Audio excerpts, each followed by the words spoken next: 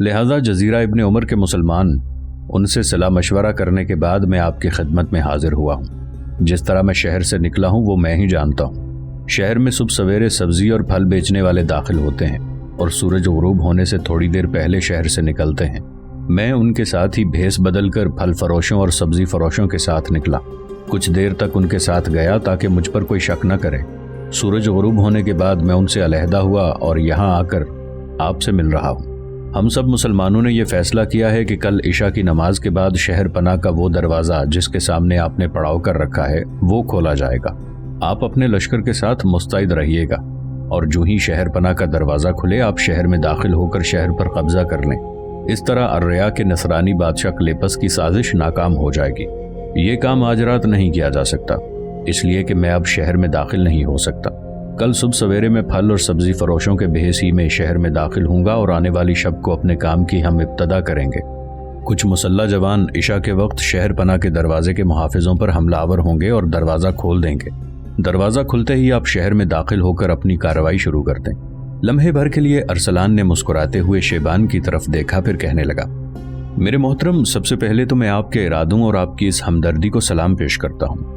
اس کے بعد جو لاہے عمل آپ نے مرتب کیا ہے میں اس میں تھوڑی سی تبدیلی چاہوں گا۔ میں لشکر کے ساتھ مستعد تو ضرور رہوں گا، لیکن شہر پر حملہ آور ہونے کے لیے ہمیں ایک وقت مقرر کر لینا چاہیے۔ اب مجھے اور میرے لشکریوں کو یہ جستجو رہے گی کہ نہ جانے آپ عشاء کی نماز کے بعد کس وقت شہر پناہ کا دروازہ کھولیں۔ اس سلسلے میں ایک تجویز پیش کرتا ہوں، اگر آپ کے دل کو لگے تو اس پر عمل کیجیے گا۔ جس وقت جزیرہ ابن عمر کی مسجدوں میں عشاء کی اذانیں ہوں، یا یوں سمجھیں کہ جس وقت جزیرہ ابن عمر میں کسی بھی مسجد کے اندر عشاء کی نماز کے لیے پہلی اذان سنائی دے، اسی وقت آپ کے آدمی حرکت میں آئیں۔ شہر پناہ کے آدمیوں پر حملہ آور ہو کر شہر کا دروازہ کھول دیں۔ اس کے بعد میں اپنی کارروائی مکمل کر لوں گا۔ یہ میں اس لیے کہہ رہا ہوں کہ کم از کم ایک وقت کا تعین ہوگا کہ جو ہی جزیرہ ابن عمر کی مسجدوں سے عشاء کی اذان کی صدا سنائی دے، ہم نے اپنے کام کی ابتدا کر دینی ہے۔ اس طرح ہمارے خیال میں بہتر انداز میں اور زیادہ مستعدی کے ساتھ شہر میں داخل ہو کر اپنی کارروائی کر سکیں گے۔ بوڑھے شیبان کے چہرے پر مسکراہٹ نمودار ہوئی، کہنے لگا، امیر ارسلان، آپ کا کہنا درست ہے، بلکہ آپ نے جو تدبیر پیش کی ہے یہ زیادہ مؤثر ہوگی۔ بہرحال یہ امر طے شدہ ہے کہ عشاء کی پہلی اذان کے ساتھ ہی کارروائی شروع کی جائے گی۔ شیبان جب خاموش ہوا تب کسی قدر مطمئن انداز میں اسے مخاطب کرتے ہوئے ارسلان کہنے لگا، میں جانتا ہوں آپ شہر کے ارد گرد سرگرداں رہے ہوں گے، تھکاوٹ محسوس کر رہے ہوں گے، آپ نے کھانا بھی نہیں کھایا ہوگا، لہٰذا میرا ایک چھوٹا سالار آپ کو ساتھ لے جائے گا، آپ کے کھانے اور آپ کے قیام کا بھی عمدہ بندوبست کرے گا، اور یہاں فجر کی نماز پڑھنے اور کھانا کھانے کے بعد رخصت ہو جائیے گا۔ شیبان نے اس سے اتفاق کیا، پھر ارسلان کے کہنے پر اس کا ایک چھوٹا سالار شیبان کو اپنے ساتھ لے گیا۔ اگلے دن کا سورج غروب ہو گیا تھا۔ سیل وقت فطرت کے صحیفوں میں گھٹا بن کر برستا اندھیرا پیاز کے صحرا کی طرح نرم اجالے کو نگل گیا تھا۔ آسمان کے چاروں طرف برگ گل پر لہو کی تازہ لکیروں کی طرح شفق پھول گئی تھی۔ بے وطن مسافروں جیسے پرندے اپنے گھونسلوں کو جا چکے تھے۔ تادیب اور حدود الہی سے بے پرواہ شیطانی اور بدی کی محرک قوتیں مستور اور ماورہ رہ کر سفلی خواہشات کے ساتھ دھواں دھواں شام غم کی طرح پھیلنا شروع ہو گئی تھیں۔ شہر کی فصیل ہوا کے سفر میں ادھورے خوابوں کی تعبیروں اور بے چہرہ تصویروں کی طرح چپ اور ملول تھی۔ ایسے میں شہر کی مسجدوں میں جب عشاء کی پہلی اذان سنائی دی تب شہر کے اندر ایک انقلاب برپا ہو گیا۔ کچھ مسلح جوان ان چاہے اندھیروں میں بے تنویر شموں اور دشت ویران میں ابد کے مسافروں کی طرح نمودار ہوئے، اور شہر پناہ کے جس دروازے سے باہر ارسلان نے پڑاؤ کر رکھا تھا اس دروازے کے محافظوں پر وہ شکستوں کے غبار میں بے سود تمناؤں، ہجر کی کالی راتوں میں دہر کے خوفناک فتنے کی طرح حملہ آور ہوئے، اور شہر پناہ کے محافظوں کو انہوں نے اپنے سامنے ریت پر لکھی تحریروں اور خشک آنسوؤں کی لکیروں کی طرح مٹا کے رکھ دیا۔ وہ تکبیریں بلند کرتے ہوئے فصیل کا دروازہ کھول رہے تھے۔ شہر پناہ کا دروازہ کھلتے ہی ایک دوسرا انقلاب نمودار ہوا، اس لیے کہ ارسلان شہر پناہ کا دروازہ کھلنے کا ہی انتظار کر رہا تھا۔ جو ہی حملہ آوروں نے شہر پناہ کے محافظوں کا خاتمہ کر کے شہر کا دروازہ کھولا، ارسلان اپنے لشکر کے ساتھ تکبیریں بلند کرتا ہوا شہر میں داخل ہوا، اور تکبیروں کی ان آوازوں نے شہر کے لوگوں پر ایک سناٹا اور ایک ہولناکی طاری کر دی تھی۔ شہر کا حاکم ابن مروان اس وقت شہر کے اندر موجود تھا۔ اس کے پاس خاصا بڑا لشکر بھی تھا۔ وہ اس لشکر کے ساتھ نکلا اور ارسلان کی راہ روک کے کھڑا ہوا۔ شہر کی فصیل کے اوپر اس کا محافظ لشکر تھا۔ اسے بھی اس نے حملہ آوروں کا مقابلہ کرنے کے لیے فصیل سے باہر اترنے کا حکم دے دیا تھا۔ شہر میں داخل ہوتے وقت ارسلان نے اپنے لشکر کی تنظیم کو برقرار رکھا تھا۔ جو ابن مروان اپنے لشکر کے ساتھ اس کے سامنے آیا تھا، ارسلان اس پر اندھیروں کی سنسناہٹ، بپھرے ہوئے دریا کی پرتلاطم موجوں کی طرح حملہ آور ہوا۔ شہر کے اندر زور کا رنج شروع ہو چکا تھا۔ ارسلان اور اس کے لشکری خاک کے ذروں کو کندن، بھوری دھوپ کو زہر بھرے اندھیرے میں تبدیل کرنے والے کیمیا گروں اور آفاق کے اسرار میں فطرت تک کو زبوں کر دینے والے وقت کی کائنات کے ہولناک نقیبوں کی طرح حملہ آور ہوتے ہوئے اپنے سامنے آنے والے ابن مروان کے لشکر کی صفوں کو تخیل کے نقش و نگار، تپتی راہ گزار کے غبار، دھواں دھواں خد و خال، سوکھی شاخوں کے زرد پتوں کی طرح کاٹنے اور توڑنے لگے۔ یوں جزیرہ ابن عمر مسلمانوں کے ہاتھوں فتح ہوا۔ وہاں کا حاکم ابن مروان سلطان کے خلاف بغاوت کرنے والے جس قدر لشکری تھے، ان سب کا خاتمہ کر دیا گیا اور نظم و نسق درست کیا جانے لگا۔ انطاکیہ شہر میں ایک روز لیوکس اپنے کمرے میں اکیلا بیٹھا ہوا تھا کہ اس کمرے میں اچانک اخیموت داخل ہوا۔ اسے دیکھتے ہی لیوکس اپنی جگہ سے اٹھ کھڑا ہوا۔ بڑے احترام اور بڑی ارادت مندی کا مظاہرہ کرتے ہوئے اسے اپنے قریب ایک نشست پر بیٹھنے کے لیے کہا۔ اخیموت آگے بڑھ کر بیٹھ گیا۔ کچھ دیر کمرے میں خاموشی رہی، پھر اخیموت نے لیوکس کو مخاطب کرتے ہوئے کہنا شروع کیا۔ لیوکس بیٹے، میں ایک انتہائی اہم کام کے سلسلے میں تمہارے پاس آیا ہوں۔ اس موضوع پر گفتگو کرنے کے لیے گزشتہ کئی دنوں سے میں ارادہ باندھ رہا تھا، لیکن یوں جانو مناسب الفاظ نہیں تلاش کر پا رہا تھا جنہیں استعمال کر کے میں اس گفتگو کا آغاز کر سکوں۔ لیوکس میرے بیٹے، کبھی کبھی انقلاب زمانہ لہو میں بھاگتی خواہشوں کو خود بخود امیدوں کے سرسبز ساحلوں میں تبدیل کر دیتا ہے، اور کبھی کبھی انسان کے اندر اٹھنے والی تبدیلیاں اس لیے تقسیم ہوتے زاویوں کی طرح سورج سے خالی بھی کشف سحر انگیز کر دیتی ہیں۔ کبھی ایسے بھی ہوتا ہے کہ تاریکی کے آبشاروں میں گھوڑے کے سموں کی چیختی آوازیں دل کے لیے کہنہ زنجیر کی مثل ہو جاتی ہیں۔ معاشرے کے اندر رونما ہونے والی تبدیلیاں کبھی فرش پر امید بجھے ستاروں کو معصوم تمناؤں کا حجاب بنا کر کھڑی کر دیتی ہیں، اور کبھی کبھی مٹی کی آنکھوں میں آنسوؤں کی نمی یک مشت پھول اور شبنم کو بھی یکجا کر دیتی۔ بیٹے، میں تمہارے ساتھ ایک ایسی ہی تبدیلی، ایک ایسے ہی انقلاب کے متعلق گفتگو کرنا چاہتا ہوں۔ حوصلہ نہیں کر پا رہا تھا، مگر آج ہمت کر کے آیا ہوں۔ بیٹے، اگر میں تم سے یہ کہوں کہ زوبا کسی کو پسند کرتی ہے، کسی سے محبت کرتی ہے، تو تمہارے کیا جذبات ہوں گے؟ اخیموت کی طرف دیکھتے ہوئے لیوکس ایک دم سنجیدہ ہو گیا تھا۔ چہرے پر کسی ناپسندیدگی اور افسردگی کے آثار تھے۔ یہ صورتحال دیکھتے ہوئے اخیموت پھر بول پڑا۔ بیٹے، یہ محبت بھی بڑا عجیب و غریب جذبہ ہے۔ کیا نہیں جاتا، ہو جاتا ہے، بلکہ ایسے ہی جیسے چاند خود بخود ابر کی شفاف گٹھڑی میں کھو جاتا ہے۔ بیٹے، یہ جذبہ کبھی کبھی آپ کسی کی خوش وصفی اور خوش وصالی کو بنیاد بناتے ہوئے رنگوں کی لہروں کی طرح کی زیب و زینت کی علامت بنا دیتا ہے۔ بیٹے، محبت کے حسین نغمے خود ہی گہری خوابناکی کو نمود صبح، جمال سرد مہری کی شب کو خیال و خواب کی بے ربطی کو وصال کے گیتوں میں تبدیل کر دیتے ہیں۔ اس جذبے سے انکار نہیں کیا جا سکتا، اسے ٹھکرایا ضرور جا سکتا ہے، لیکن یہ جذبہ دھواں دھواں شاموں میں الاؤ میں روٹھی ہوئی تمناؤں کو بھی نور مہتاب کی طرح چمکا کے رکھ دیتا ہے۔ بس ایسا ہی ایک واقعہ، ایک حادثہ ہماری بیٹی زوبا کے ساتھ پیش آ گیا ہے۔ میں دیکھتا ہوں تمہارے چہرے پر ناپسندیدگی کے آثار ہیں، تم سنجیدہ بھی ہو گئے ہو، جس سے میں یہ مطلب اخذ کر سکتا ہوں کہ تم نے میری اس گفتگو کو ناپسند کیا ہے۔ لیوکس چونک پڑا، پھر مسکراتے ہوئے کہنے لگا، نہیں میرے محترم، ایسی کوئی بات نہیں ہے۔ دراصل میں نے اپنے ذہن میں زوبا کے لیے ایک نوجوان کو منتخب کر لیا تھا۔ میں نے مصمم ارادہ کر لیا تھا کہ میں اپنی بہن کو اس سے بیاہ دوں گا۔ ابھی میں نے اس موضوع پر اس شخص سے بات نہیں کی۔ میری زندگی کی سب سے بڑی خواہش ہے کہ اپنی بہن کو اس کی زندگی کا ساتھی بناؤں۔ اب آپ نے جو اس موضوع پر گفتگو شروع کی ہے تو میں افسردہ ہو گیا ہوں۔ نہ جانے وہ کون ہے جس کو میری بہن زوبا پسند کرنے لگی ہے۔ اخیموت کے چہرے پر ہلکی سی مسکراہٹ نمودار ہوئی، پھر لیوکس کو مخاطب کرتے ہوئے وہ کہہ رہا تھا، لیوکس میرے بیٹے، جس شخص کو میری بیٹی زوبا نے منتخب کیا ہے اور جسے زندگی کا ساتھی بنانا چاہتی ہے، وہ ایک ایسا بے مثال نوجوان ہے جو اپنی جرت مندی سے ذرہ بے شعور کو ناوک کی جراحت میں تبدیل کر سکتا ہے، جو وقت کے اندیکھے موڑ پر کھڑے ہو کر اپنی شجاعت سے موسموں کی دستکوں کی طرح کرب کی منزلوں کو صبح نو کے جلووں میں تبدیل کر سکتا ہے، جو اپنی بے باکی اپنے مصمم ارادوں کے باعث قضا کی سہمی وادیوں کی خوفناک کوہستانوں پر بھی زندگی کی علامت بن کر دستک دے سکتا ہے۔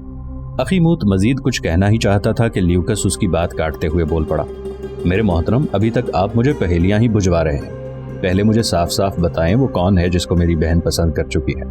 پہلے مجھے اس کا نام، اس کا پتہ بتائیں، میں اس سے ملوں گا اور جانوں گا کہ وہ واقعی میری بہن سے پرخلوص محبت کرتا ہے پھر جس جوان کو اپنی بہن کے لیے پسند کر چکا ہوں اس سے متعلق میں خود زوبا سے بھی بات کروں گا اور معاملہ اس پر چھوڑ دوں گا، وہ جسے چاہے اپنی زندگی کا ساتھی بنانا پسند کرے۔ ویسے میں نے ایک نوجوان کو اس کے لیے پسند کر لیا تھا، اور اگر زوبا اس سے شادی نہ کرنا چاہے تو میں آپ کو یقین دلاتا ہوں، ضمانت دیتا ہوں کہ اس سلسلے میں اپنی بہن زوبا پر کسی قسم کا جبر نہیں کروں گا۔ اب آپ بتائیں کہ زوبا نے اپنے لیے کسے پسند کیا ہے؟ لمحے بھر کے لیے اخیموت نے بڑے غور سے لیوکس کی طرف دیکھا، پھر وہ مسکراتے ہوئے کہنے لگا، لیوکس میرے بیٹے، زوبا نے اپنی زندگی کے لیے اپنی محبت کے محور کے طور پر امیر ارسلان کا انتخاب کیا ہے۔ وہ امیر کو پسند کرتی ہے، اس سے بے پناہ محبت کرتی ہے۔ اس کا اظہار خود اس نے غریاد سے کیا ہے۔ غریاد نے اس سلسلے میں چند دن پہلے مجھ سے گفتگو کی تھی، لیکن میں سوچتا رہا کہ کسی مناسب موقع پر اس موضوع پر تم سے گفتگو کروں گا، اور آج میں نے یہ گفتگو کر دی ہے۔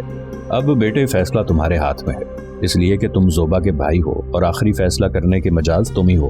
اخیموت کی اس گفتگو سے لیوکس کی آنکھوں میں چمک، چہرے پر سکون کی لہریں بکھر گئیں۔ لمحے بھر کے لیے عجیب سے انداز میں اس کی گردن جھک گئی تھی۔ اس کی حالت سے لگتا تھا جیسے وہ بھاگتے لمحوں کے تاثر سے رشتوں کی ریشمی ڈوریاں استوار کرنے لگا ہو۔ پھر اچانک اس نے اخیموت کی طرف دیکھا اور کہنے لگا، محترم اخیموت، آپ نے میری ساری دشواریاں دور کر دی ہیں۔ قسم یسوع مسیح کی، امیر ارسلان ایسا شخص ہے جو اسیر ذات تک کو آزاد کرنے کا ہنر جانتا ہے، اور وجود کے درمیان بھی وہ سایوں کی جستجو کو امرت کی برکھا میں تبدیل کر سکتا ہے۔ میں نے خود اپنی بہن زوبا کے لیے جس جوان کو پسند کیا تھا وہ امیر ارسلان ہی تھا۔ میں سمجھتا ہوں میری بہن نے اپنے لیے ایک انتہائی مناسب جوان کا انتخاب کیا ہے، جو موسموں کے بدلتے بے رنگ احساس میں مسرتوں کے جگنو بن کر چمک سکتا ہے۔ مجھے یقین ہے امیر ارسلان میری بہن زوبا کو آتے جاتے موسموں کے قافلوں میں بھی خستہ بے مال اور بے نوا نہیں رہنے دے گا۔ میں یہ بھی امید رکھتا ہوں کہ زوبا ان کے ہونٹوں پر دزدیدہ تبسم پھیلاتی خوشیوں جیسی پرسکون رہے گی۔ میں نے اکثر مواقع پر اپنی بہن کی گفتگو، اس کے انداز، امیر ارسلان کی طرف دیکھنے، ان کی خدمت کرنے کے ایثار اور اس کے اندر اپنی بہن کی میں نے ان سے محبت کی جھلک بھی دیکھی تھی۔ میں خوش اور مطمئن ہوں، امیر ارسلان ہی وہ واحد شخصیت ہیں جو دھوئیں کی بوجھل سانسوں تک شاخوں سے کھیلتی رنگین تتلیوں جیسا پرسکون رکھ سکتے ہیں، جو بد سے بدترین حالات میں میری بہن کے لیے رگ و پے میں خوشیوں کی برسات اور سانسوں میں سکون کے گہرے سمو جیسے ثابت ہو سکتے ہیں۔ اخیموت میرے محترم، میں سمجھتا ہوں آپ نے اس گفتگو کا آغاز کر کے میرے سارے وسوسے، میری ساری دشواریاں دور کر دی ہیں۔ اس سے پہلے میں سوچتا تھا کہ کیسے میں اپنی بہن سے اس موضوع پر گفتگو کا آغاز کروں، کیسے میں جان سکوں کہ وہ واقعی امیر ارسلان کی طرف مائل ہے۔ اب جب کہ یہ معاملہ طے ہو چکا ہے کہ میری بہن امیر کو پسند کرتی ہے، تو آپ اس کے باپ کی حیثیت سے اس کے متعلق جو بھی کریں گے میرے لیے آخری ہوگا، میں کوئی اعتراض نہیں کروں گا۔ لیوکس کی اس گفتگو سے اخیموت ایسا خوش ہوا کہ آگے بڑھ کر اس نے لیوکس کو ساتھ لپٹا لیا، اس کی پیشانی چومی، پھر بے پناہ خوشی کا اظہار کرتے ہوئے وہ کہہ رہا تھا، لیوکس میرے بیٹے، تم نے اپنی اس گفتگو سے میرا دل خوش کر دیا ہے، لیکن ایک مسئلہ بھی ہے جس پر فیصلہ ہونا باقی ہے۔ لیوکس نے تیز نگاہوں سے اخیموت کی طرف دیکھا۔ کیسا فیصلہ؟ بیٹے، اس بات کا تو فیصلہ ہو چکا کہ تم اس بات پر رضامند ہو کہ زوبا کو امیر ارسلان کی امانت سمجھا جائے۔ بیٹے، زوبا کی یہ بھی خواہش ہے کہ ہمیں واپس نیشا پور جا کر امیر ارسلان کی اس حویلی میں قیام کرنا چاہیے جہاں سے نکل کر ہم ادھر آئے، اور ان کے باغ کی بھی دیکھ بھال کرنی چاہیے۔ یوں جانو یہاں زوبا امیر ارسلان کے بنا اداس اور افسردہ ہے۔ میری بیوی سفینہ اور غریاد بھی دونوں واپس نیشا پور جانا چاہتی ہیں۔ اس سلسلے میں کہو تم کیا کہنا چاہتے ہو؟ لیوکس پھر لمحے بھر کے لیے مسکرایا اور کہنے لگا، یہ کوئی ایسا اہم موضوع نہیں ہے جس پر کوئی فیصلہ کرنا باقی رہے۔ جب میں نے زوبا کے سارے معاملات آپ کے سپرد کر دیے ہیں تو پھر باقی کیا رہ جاتا ہے؟ آپ زوبا، غریاد اور سفینہ جب اور جس وقت چاہیں نیشا پور جا سکتے ہیں۔ میں فی الحال یہیں قیام رکھوں گا۔ وہاں نیشا پور میں رہتے ہوئے آپ کو میری طرف سے اجازت ہوگی کہ آپ جب اور جس وقت چاہیں زوبا کو امیر ارسلان کے عقد میں دے دیں۔ اب بولے مزید آپ کیا کہنا چاہتے ہیں؟ اخیموت منہ سے کچھ نہ بولا، اپنی جگہ پر اٹھ کھڑا ہوا۔ نگاہوں ہی نگاہوں میں اس نے لیوکس کا شکریہ ادا کیا، پھر وہ اس کمرے سے نکل گیا۔ جن دنوں ارسلان فخر الدولہ کے ساتھ میاں فارقین اور جزیرہ ابن عمر کی تسخیر میں مصروف تھا اور سلطان اصفہان میں قیام کیے ہوئے تھا، حلب کا ایک متنازع مسئلہ اٹھ کھڑا ہوا۔ دراصل حلب کا حکمران مسلم بن قریش ایک جنگ میں سلطان بن قتلمش کے ہاتھوں مارا جا چکا تھا۔ اس کے مارے جانے کے بعد حلب شہر پر ایک عباسی امیر ابن حسین نے قبضہ کر لیا، اور حلب شہر کی مزید بدقسمتی کہ شہر کا جو قلعہ تھا اس پر مسلم بن قریش کا چچا زاد بھائی سالم بن ملک قابض ہو گیا تھا۔ یوں حلب شہر میں بیک وقت دو حکمران بن گئے، شہر کا حاکم ابن حسین اور قلعے کا حکمران سالم بن ملک رہا۔ حلب کا حکمران مسلم بن قریش چونکہ سلیمان بن قتلمش کے ساتھ جنگ میں مارا جا چکا تھا اور سلیمان بن قتلمش نے اسے شکست دی تھی، لہٰذا حلب کا صحیح دعوے دار سلیمان بن قتلمش ہی تھا۔ سلیمان بن قتلمش کا بھی خیال تھا کہ مسلم بن قریش کے مارے جانے کے بعد اب اس کے حلب پر قبضہ کرنے کی راہ میں کوئی اور مزاحم نہ ہوگا، اور اگر کسی نے مزاحمت کرنے کی کوشش کی تو وہ اس کو مسلم بن قریش ہی کی طرح کچل کے رکھ دے گا۔ انہی ارادوں کے تحت سلیمان بن قتلمش نے حلب پر اپنی ملکیت کا دعویٰ کیا۔ شہر کے والی ابن حسین کو جب خبر ہوئی کہ سلیمان حلب شہر کو اپنے علاقے میں شامل کرنا چاہتا ہے تو اس نے شہر کے دروازے بند کر لیے اور تیز رفتار قاصد اس نے سلیمان بن قتلمش کی خدمت میں روانہ کیے، ساتھ ہی تحائف اور نذرانے بھی بھیجے اور سلیمان سے استدعا کی کہ حلب شہر پر قبضہ کرنے کے لیے طاقت کا استعمال نہ کرے، کیونکہ وہ خود سلطان ملک شاہ سلجوقی کے حکم کا انتظار کر رہا ہے۔ اگر سلطان نے اجازت دے دی کہ حلب شہر کو سلیمان بن قتلمش کے حوالے کر دیا جائے تو بغیر کسی مزاحمت کے حلب شہر سلیمان کے حوالے کر دیا جائے گا۔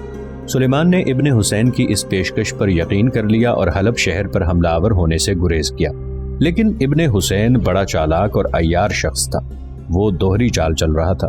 سلیمان بن قتلمش کو بطفل تسلی دینے کے بعد اس نے درپردہ شام کے حکمران تاج الدولہ سے رابطہ قائم کیا، اس کی طرف قاصد بھجوائے اور اسے پیغام بھیجا کہ وہ فوراً ایک جرار لشکر کے ساتھ پہنچے اور حلب شہر پر قبضہ کر لے۔ یہاں یہ امر بھی دلچسپی سے خالی نہ ہوگا کہ ان دنوں پہلو بپہلو سلجوقیوں کی 4 سلطنتیں یا حکومتیں قائم تھیں۔ پہلی عراق اور ایران پر، اس کو سلاجقہ بزرگ کہتے تھے اور اس سلطنت کا مالک سلطان ملک شاہ سلجوقی تھا۔ دوسری سلطنت کو سلاجقہ عراق کہتے تھے، اس میں عراق کے علاقوں کے علاوہ مشرقی ایران بھی شامل تھا، اس پر مغیث الدین محمود سلجوقی حاکم تھا۔ تیسری سلطنت سلاجقہ کرمان کہلاتی تھی اور اس پر سلطان ملک شاہ سلجوقی کے چچا کاورد بن چغری بیگ کی اولاد حکمران تھی۔ چوتھی سلطنت سلاجقہ شام کہلاتی تھی اور اس کا حکمران تاج الدولہ تھا۔ پانچویں سلطنت سلاجقہ ارض روم کہلاتی تھی اور اس کا حکمران سلیمان بن قتلمش تھا۔ سلجوکیوں کی رومی اور اناطولیہ کی سلطنت کے سربراہ سلیمان بن قتلمش کو دھوکہ دیتے ہوئے ابن حسین نے سلجوکیوں کی شامی سلطنت کے سربراہ تاج الدولہ کو لشکر لے آنے پر اور حلب پر قبضہ کرنے کی دعوت دی۔ اب حالت یہ تھی کہ تاج الدولہ پہلے ہی شہر پر نظریں جمائے ہوئے تھا، وہ صرف اگر خوفزدہ تھا تو اناطولیہ کے سلجوقی حکمران سلیمان بن قتلمش سے تھا اور اسی کی وجہ سے وہ حلب پر لشکر کشی کرنے سے رکا ہوا تھا۔ اب جو ابن حسین نے خود اسے دعوت دی کہ وہ آ کر حلب پر قبضہ کرے تو اس نے ایک بہت بڑا لشکر تیار کیا اور حلب کی طرف روانہ ہوا۔ ساتھ ہی اس نے بیت المقدس میں اپنے والی امیر ارتق سے بھی کہا کہ وہ بھی ایک لشکر لے کر حلب کا رخ کرے۔ یہ وہی ارتق بن ارکسک تھا جس سے اس کے کچھ امور کی وجہ سے سلطان ملک شاہ سلجوقی ناراض ہو گیا تھا۔ یہ پہلے سلطان کے سالاروں میں شامل تھا اور اس کی ناراضی کی بنا پر یہ ارتق بن ارکسک نیشا پور سے تاج الدولہ کے پاس چلا گیا تھا اور تاج الدولہ نے اس کی عزت افزائی کرتے ہوئے اسے بیت المقدس کا والی مقرر کر دیا تھا۔ یہ ساری کارروائی سلطان ملک شاہ سلجوقی کی ناراضی کو نظر انداز کرتے ہوئے کی گئی تھی۔ بہرحال تاج الدین اور ارتق بن ارکسک آگے پیچھے بہت بڑے لشکروں کو لے کر حلب کا رخ کر رہے تھے۔ ادھر سلیمان بن قتلمش کو جب خبر ہوئی کہ حلب کے قابض حکمران ابن حسین نے اس کے ساتھ دھوکہ اور فریب کیا ہے اور یہ کہ اس کو روک کر اس نے تاج الدولہ کو حلب پر قبضہ کرنے کی دعوت دے دی ہے، تب جلدی اس نے ایک لشکر تیار کیا اور بڑی برق رفتاری سے وہ اناطولیہ کے میدانوں سے نکل کر آگے بڑھا۔ وہ چاہتا تھا کہ تاج الدولہ اور ارتق بن ارکسک کو حلب پہنچنے کا موقع ہی نہ دے اور راستے میں ان کی راہ روک کے کھڑا ہو گیا۔ یہ ارادہ کرنے کے ساتھ ہی سلیمان بن قتلمش نے حلب کی بجائے اس شاہراہ کا رخ کیا جس پر بڑی تیزی سے تاج الدولہ حلب کا رخ کیے ہوئے تھا۔ اس بار سلیمان بن قتلمش کا ولی عہد اور اس کا بیٹا قلیچ بن سلیمان بھی اس کے ہمراہ تھا۔ حلب سے دور ویرانوں کے اندر سلیمان بن قتلمش شام کے حکمران تاج الدولہ کی راہ روک کے کھڑا ہو گیا۔ دونوں لشکر جنگ کی ابتدا کرنے کے لیے اپنے اپنے لشکر کی صفیں درست کرنے لگے تھے۔ اس موقع پر سلیمان بن قتلمش سے جو جنگی خطا سرزد ہوئی وہ یہ کہ اس نے تاج الدولہ کی طرف پیش قدمی کرتے ہوئے اپنے آگے مخبر نہیں پھیلائے، جس کا نتیجہ یہ نکلا کہ حلب کی طرف سے آنے والی شاہراہ کے کنارے جس لشکر کی راہ سلیمان بن قتلمش نے روکی تھی وہ لشکر صرف تاج الدولہ کا تھا، جبکہ ارتق بن ارکسک اپنے لشکر کے ساتھ گھات میں چلا گیا تھا تاکہ مناسب وقت پر وہ سلیمان بن قتلمش کے لشکر پر ضرب لگائے۔ سلیمان نے اپنے لشکر کو 2 حصوں میں تقسیم کیا۔ ایک حصہ اس نے اپنے پاس جبکہ دوسرا حصہ اپنے بیٹے قلیج بن سلیمان کی سرکردگی میں دے دیا۔ پھر جنگ کی ابتدا ہوئی۔